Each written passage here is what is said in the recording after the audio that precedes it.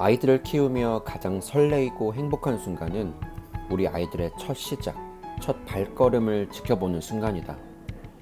아이가 첫 옹알이를 하는 순간, 누워만 있던 아이가 뒤집기를 하는 순간, 엄마 아빠라고 부르던 순간, 바닥에서 배밀이를 하던 순간, 처음 걸음마를 시작하던 순간 등 셀 수 없이 많은 그 처음의 순간들이 우리를 미소 짓게 하고 힘을 내게 하며 시간이 지나도 그 무엇과도 바꿀 수 없는 반짝이는 추억들로 남아있다. 지난 한 주도 우리 아이들에게 참 많은 첫 시작이 있었다.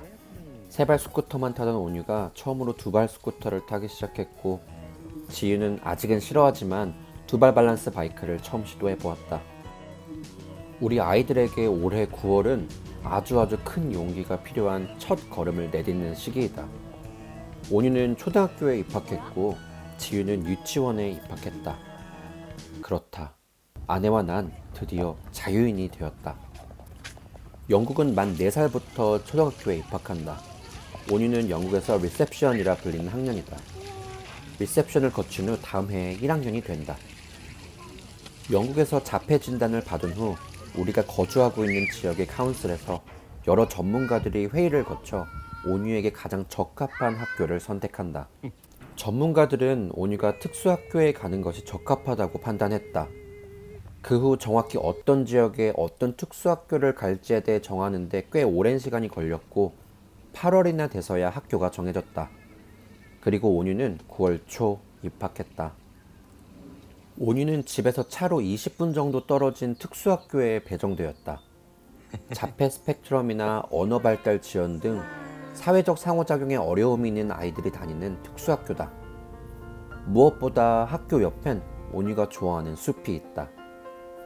또한 지역에서 꽤나 평이 좋은 학교라 마음이 놓였다. 솔직히 특수학교가 배정된 후 마음이 썩 좋지는 않았다. 아마도 대부분 모든 부모들이 그렇지 않을까? 내 아이가 평범하게 일반 학교에 가서 일반적인 커리큘럼을 따라가길 원할 것이다. 나도 그렇게 생각했다. 온유를 진단 내린 영국 의사도 특수학교보다는 일반 학교에 가는 게 좋을 것 같다라고 했다.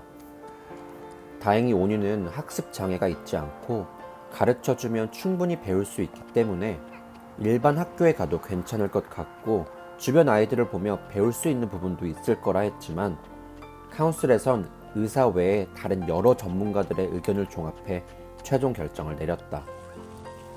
사실 일반 학교에 보내고 싶은 건 온유를 위해서라기보단 우리의 욕심이었을 수도 있다.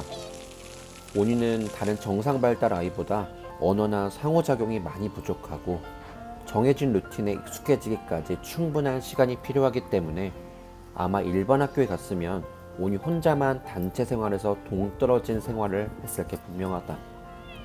특수학교에서 온유의 눈높이와 성장 속도에 맞춘 커리큘럼을 따르고 온유를 더 잘 이해해 주실 수 있는 선생님들과 함께 생활하는 것이 온유에게는 오히려 더 즐겁고 행복한 학교 생활이 될 것이 분명하다. 자폐 스펙트럼 범주 안에 있는 아이들은 분명 정상 발달 아이들과는 다르다.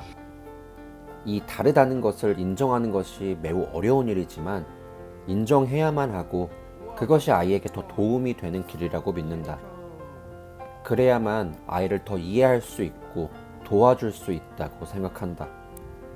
다르다고 인정은 하되 정상 발달 아이들이 가는 그 길만이 올바른 길이라 생각하고 그 길을 따라가지 못해 슬퍼하거나 아쉬워할 필요는 없다.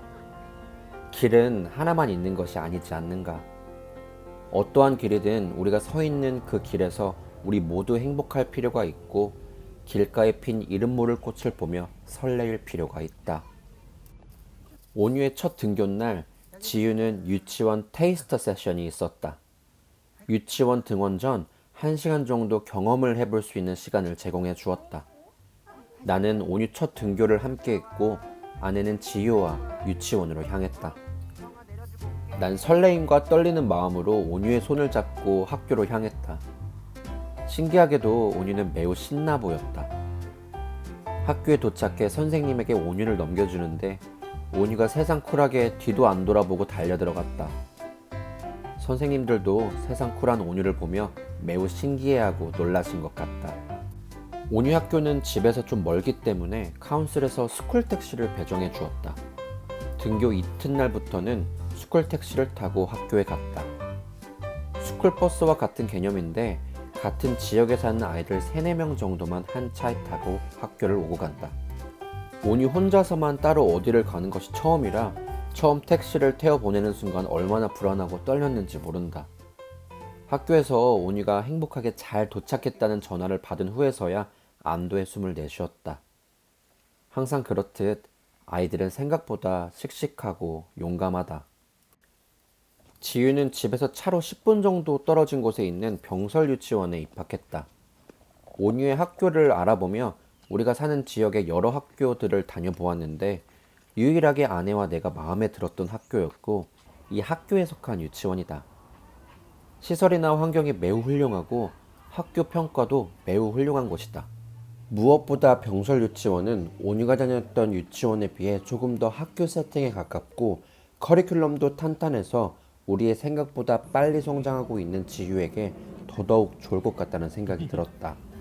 정식 등원 전 테이스터 세션에서 샤이보이 지유는 예상외로 이 시간을 굉장히 즐겼고 얼마나 재밌었는지 유치원에서 제일 늦게 떠났으며 그마저도 안 가겠다고 울고불고 난리였다. 주말이 지나 월요일, 지유는 드디어 첫 풀타임을 등원했다. 엊그저께 태어난 것 같은 우리 집 초소형 쪼꼬미 지유가 교복을 입고 유치원에 간다니. 교복을 입은 지유 모습을 보고 아내와 난 한참을 웃었고 뭔가 기분이 참 이상했다. 사회생활을 시키려 하니 짠한 마음이 들기도 하고 언제 이렇게 컸는지 참 신기하기도 하고 기분이 참 묘했다. 등원할 때 안 떨어진다고 울 줄 알았으나 역시 예상은 빗나갔다. 지유는 세상 쿨하게 아빠 빠이 하며 들어갔다. 역시나 아이들은 생각보다 씩씩하고 용감하다. 다행히 지유는 첫날을 울지 않고 아주 잘 보냈다고 한다. 엄마 아빠 집 떠나 밖에서 혼자 밥을 먹은 것도 처음인데 밥도 잘 먹고 심지어 낮잠도 잘 잤다고 한다. 참 감사했다. 아이들 둘을 등원시킨 후 아내와 난 짧게나마 외출을 했다. 단둘이서 외출을 한 게 얼마만인지 기억이 나질 않았다. 아내와 난 중고 서점에 가서 아이들 책을 샀고 한국 음식점에 가서 아이들 때문에 자주 먹지 못하는 매운 음식도 먹었다. 그리고 커피까지. 연애 시절로 돌아가 데이트를 하는 기분이었다. 아이들에게 무슨 일이 있을까봐 핸드폰을 계속해서 쳐다보고 있었지만 다행히 아직까지 무슨 일이 생기진 않았다. 온유도 지유도 첫 시작을 아주 잘 해낸 것 같아 참 대견하고 참 감사했다. 아이들의 등교를 준비하는 과정도 참 재밌었다. 교복과 신발을 사고 깨끗하게 빨래하고 이름표를 붙여주고 새 가방에 필요한 물건들을 챙겨주는 모든 순간순간들이 참 행복했다. 아내와 내가 학부모로서의 시작도 잘 해낸 것 같아 기쁘다. 또 어떤 첫 시작이 우리를 기다리고 있을까?